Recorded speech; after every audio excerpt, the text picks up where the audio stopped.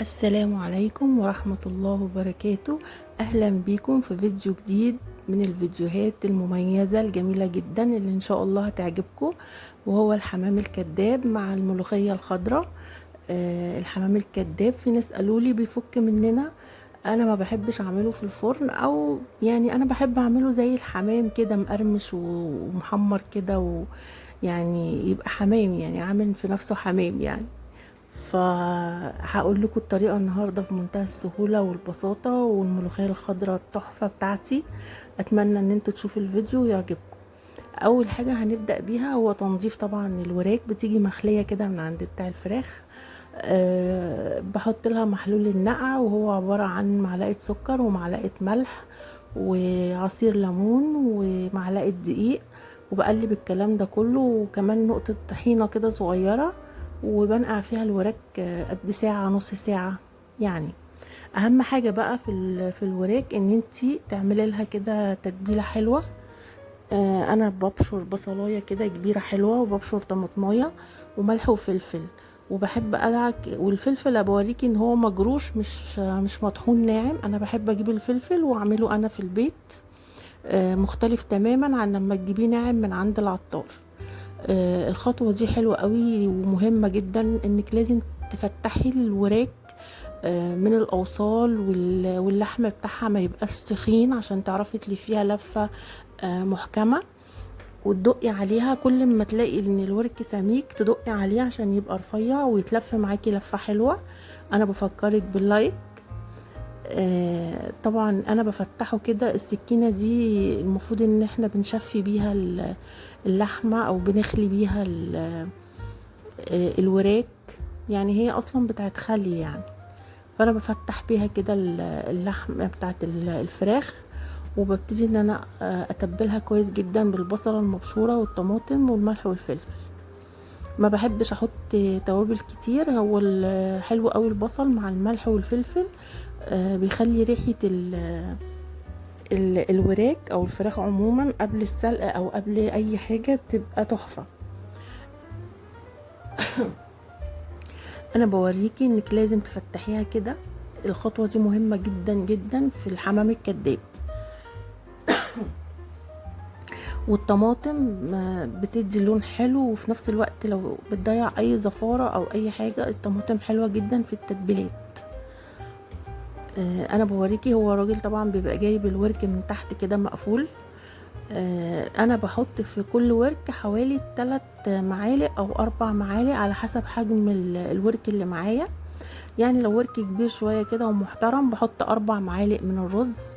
الرز بقى انا متبلاه بايه؟ ببصلايه بدبلها كده، اول ما تدبل خفيف اروح حاطه عليها ربع معلقه قرفه، وطبعا ملح وفلفل وجوز الطيب، ومعلقه من بهارات الفراخ. وطبعا هنزلك بالتوابل على الشاشه برضو، خديها سكرين شوت. بقلب كله. اول ما ريحه التوابل تطلع بنزل عليها بالميه المغليه، وبدي الرز كده نص سوا. شايفين انا بلف الرول ازاي؟ بلفه حلو جدا. واهم حاجه ان انا بنضف، ما بخليش الفراخ من بره عليها اي رز او اي حاجه، تبقى نظيفه تماما وملفوفه لفه حلوه ومحكمه. بجيب بقى الدبار بتاع اللحمه، اللي احنا بتاع عرق اللحمه اللي احنا بنلف بيه عرق اللحمه. بلف كده بيه الورك زي ما انت شايفه كده، يعني لفه خفيفه، مش لازم تحكميها قوي يعني، هو مش هيهرب. مجرد ما هينزل الحله الورك بياخد نفس شكل اللفه دي، وما بيبقاش محتاج ربط كتير يعني. في ناس بتقعد تعمله بالاسترتش راب ومش عارف، لا هو مش هيحتاج الكلام ده خالص. زي ما بوريكي كده انا بحط 3 معالق او 4 معالق من الرز. وبتلف بالطريقه دي. ما تحطيش رز كتير، هو 3 معالق كبار حلوين قوي، او 4 معالق على حسب حجم الورك. وبنضفه كويس جدا وبربطه زي ما انت شايفه، هي رابطه بس اللي فوق دي، وبعد كده بلفه. بلف الدبار على الورك كده زي الرول كده عادي، وبيمسك فيه. آه، وصفة حلوة جدا وسهلة قوي، وولادك هيحبوها، وهتحسي ان الموضوع فعلا فارق وانه حمام. انا بوريكي بقية الرز، انا هكمل بقى سواه. انا حاطه القرفه السيجار. انا مش بحب احط في الرز القرفه المطحونه. دي حاجه ترجع لك وبراحتك. انا هنا بنزل في الميه بورق لورا ومستكه وحبهان زي اي شوربه انت هتعمليها يعني. انا بوريكي ان انا نزلت الورك هي مربوطه، وشويه من البصله المبشوره مع الطماطم والتتبيله الملح والفلفل. هسيبها بقى كده هتتسلق، وهوريكي هي لا هتفرقع ولا هتفك ولا اي حاجه، وهتبقى تحفه جدا، وشوربتها هتبقى حلوه قوي، وهنعمل عليها احلى ملوخيه. انا ولادي بيحبوا الاكله دي جدا يعني، وانتي لو جربتيها بالطريقه دي هتعجبك جدا. انا في صحابي بيقولولي ان الحمام الكداب لما بنعمله بيفك مننا.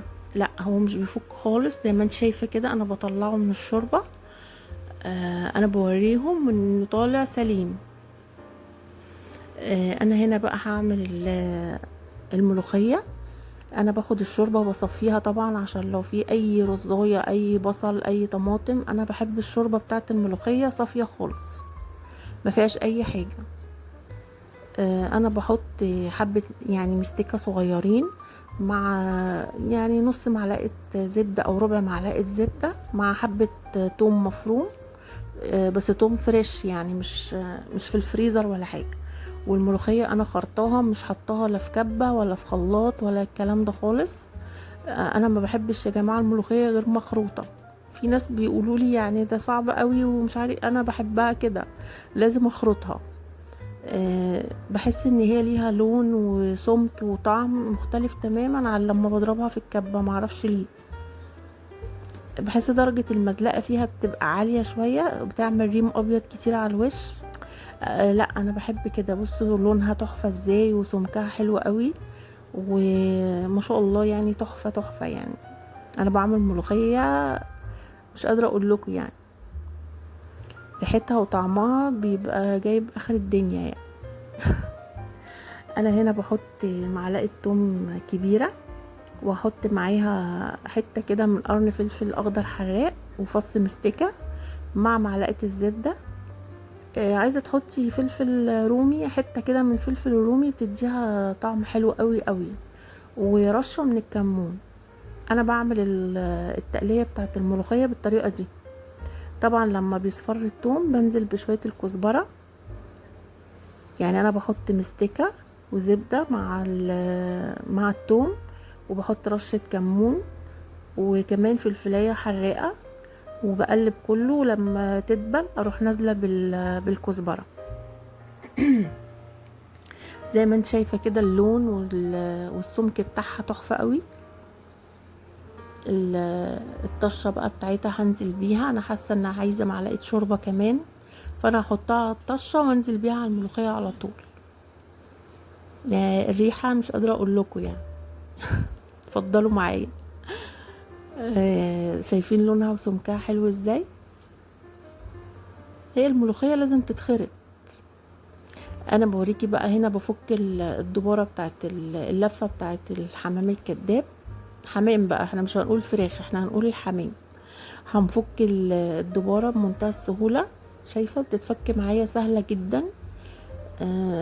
هي خلاص الورك كده ربط على نفسه مع الرز جواه، فهو خلاص كده تمام. انا هنزل بيه بقى في زيت مع معلقة سمنة، بسيبها تقدح كده على الزيت مع السمنة، وبعد كده بنزل بالحمام الكداب بتاعي. لا، هو مش كداب، هو حمام بجد. بصي انا بحب بقى قوي يبقى متحمر كده واخد اللون ده، يعني لو طلع افتح من كده ما بيعجبنيش. وبعدين اللي في الفرن طعم، واللي متحمر ده طعم تاني خالص. يعني احنا طالما قلنا حمام، فالحمام احنا بنحمره يا جماعة صراحة. شايفين الحاجة طالعة لونها عامل ازاي، تحفة جدا. طبعا انا مقطعة جنبه عيش، عشان في عندي بيحبوا بالعيش، وفي عندي بيحبوا الرز بتاع الحمام دوت. فاتمنى ان انتوا تجربوه. شايفين الحمامية مقرمشة ازاي كده من بره وطرية، والرز مستوي جدا من جوه. اتمنى الوصفة تعجبك وتدعميني باللايك والسبسكرايب وتفضلي دايما معايا في القناة، واستنيني في وصفة جديدة، ومع السلامة.